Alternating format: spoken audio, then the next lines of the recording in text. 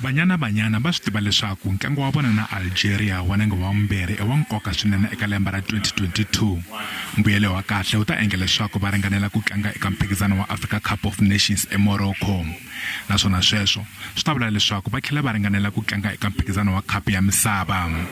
Ku va va rhange emahlweni golo yin'we ku ya eka ntlangu wa nenge wa vumbirhi eAlgeria a hi xivangelo xa ku va susa nenge emafurheni.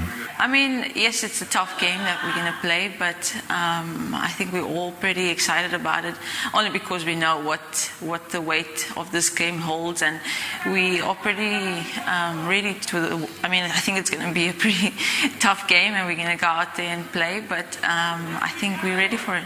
Algeria avo va na ntikelo ku fikela kwalaho eka tikonkulu, kambe na vona va na torha ra ku nghenela mphikizano wa Afcon na ku tirha kahle eka mphikizano. Ntokoto lowu nga kona eka Banyana Banyana wu ta pfuna Xipanu. We all know that experience is a crucial part of the team, and we have quite a few youngsters that are really stepping up and showing that they want to be here and that they're capable of being here. But we want to have a strong team, between youth and experience, and I think the coach knows what she wants, and I think the girls are really 1 foot ahead of where we used to be. Banyana Banyana va vile va nghena ehansi va endla switoloveti loko va fika eAlgeria.